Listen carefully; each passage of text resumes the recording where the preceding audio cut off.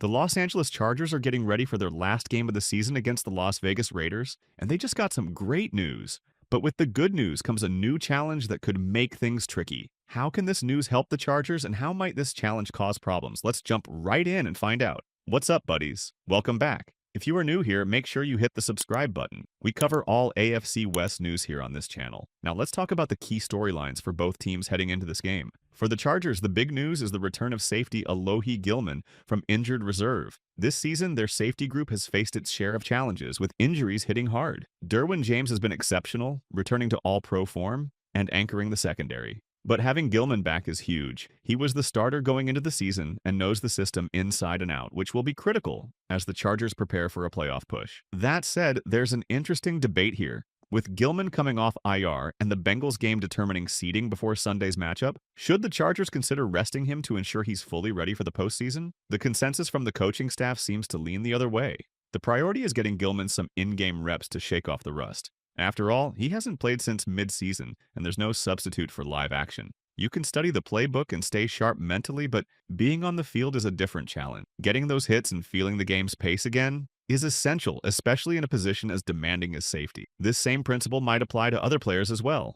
Even if the game doesn't hold playoff implications, it's still an opportunity to fine-tune execution and prepare for what's ahead. After all, football is a game of rhythm, and there's no better way to find it than on the field. Getting players some reps, even just a few series before resting them, is something to consider. Staying in rhythm and avoiding a long break could be key for players returning from injury, or for maintaining routine. But when it comes to starters like Justin Herbert or Derwin James, Coach Harbaugh seems to be weighing his options carefully. He hinted that while finishing with 11 wins sounds better than 10, there's no sense in risking key players if playoff seeding is already locked. If there's nothing left to achieve, it's hard to imagine the starters playing a full game. A few series to keep the momentum going? Sure. 4 full quarters? Highly unlikely. On the offensive side for the Chargers, the biggest storyline is consistency. Can they keep the offense firing on all cylinders? Greg Roman, the offensive coordinator, has faced plenty of criticism this season for the unit's inconsistencies, but recently the offense has come alive, putting up over 70 points in the last 2 games. That's a big turnaround after struggling for much of the year. Heading into the playoffs, keeping that momentum is crucial. No team wants to go back to those long-scoring droughts when everything is on the line. The running game, a hallmark of Roman's style, has also started showing signs of life. After a stretch of 4 games where the Chargers didn't eclipse 100 rushing yards, they've now done it in back-to-back outings. Injuries to key players like J.K. Dobbins have played a role, but getting the ground game going again is a positive sign. Still, there are some concerns. Joshua Palmer missed practice with an injury. Ladd McConkey is also dealing with a toe issue.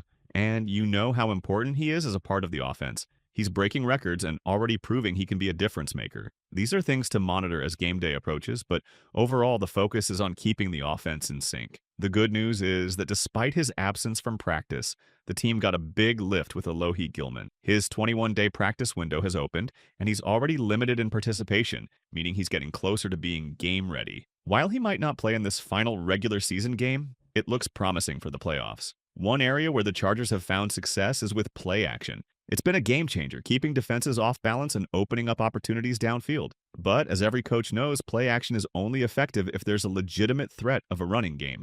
Without that, the deception doesn't work as well, and defenses can focus on other areas. Speaking of offensive improvements, it's clear the Chargers have exceeded expectations this season. From an outsider's perspective, they seem a little ahead of schedule. While making the playoffs is always the goal, there's still room to grow. Adding a few more weapons for Justin Herbert will likely be a priority moving forward. Ladd McConkey has been fantastic, but he does most of his work out of the slot. A true number 1 wide receiver who can stretch the field from the outside would make a big difference. Tight end is another area to address, as a dynamic presence in the middle could really open things up. The offensive line has been a mixed bag. On the outside, it's been phenomenal. Joe Alt has been an absolute force, and Rashawn Slater is putting together an all-pro year. Arguably the best tackle in the AFC. His balance as both a pass protector and run blocker has been outstanding. However, the interior line has been less consistent. Injuries and rotating players at the guard spots have created challenges, and while center Bradley Bozeman has had some good moments, he's also struggled at times. Shoring up the interior will be crucial for the Chargers to take the next step. Jim Harbaugh and the Chargers front office seem poised to make significant moves this offseason, with the potential to free up over $100 million in cap space, especially if Joey Bosa is released. Even with Justin Herbert's massive contract, they'll have plenty of financial flexibility. Add to that the likelihood of having 9 or 10 draft picks, depending on compensatory picks, and the Chargers are in a position to keep building. This kind of ammunition allows Harbaugh to address key areas, such as bolstering the offensive line, securing a top-tier tight end, or even finding a true number one wide receiver. It's an exciting outlook for a team that's already made strides this season. In a division as competitive as the AFC West, staying ahead is essential. The Chiefs continue to set the standard, and the Broncos are making strides as they push for playoff contention. The Chargers, with their upward trajectory, are clearly positioning themselves as a strong contender.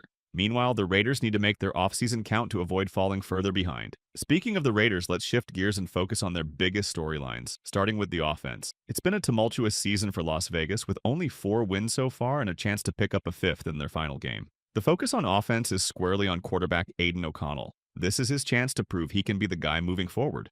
O'Connell was instrumental in helping Antonio Pierce secure the head coaching job after the 2023 season. His strong play down the stretch gave the Raiders momentum, but this season has been a roller coaster. Starting the year behind Gardner Minshew, O'Connell eventually got his shot, only to face injuries that sidelined him multiple times.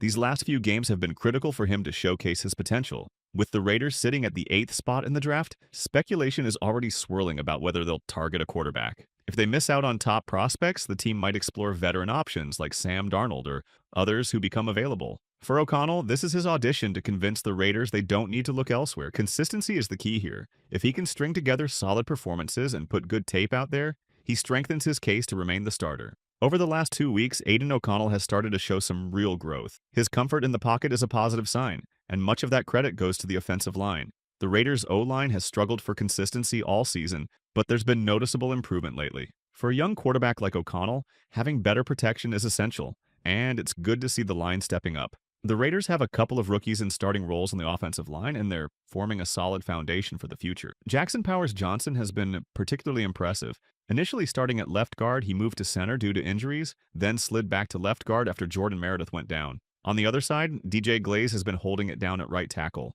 These 2 rookies represent a promising core, but the group as a whole still needs to gel and find consistency. So the Raiders look strong. The Chargers need to put in maximum efforts to win this game. Of course, the Chargers' approach may depend on the outcome of Saturday night's game between the Bengals and Steelers. If the Bengals win, the Chargers will have plenty to play for, as they'd be in contention for the 5th seed. That would set them up for a playoff matchup against the Houston Texans, a much more favorable scenario. Looking at the AFC playoff picture, the Chargers have a lot to consider.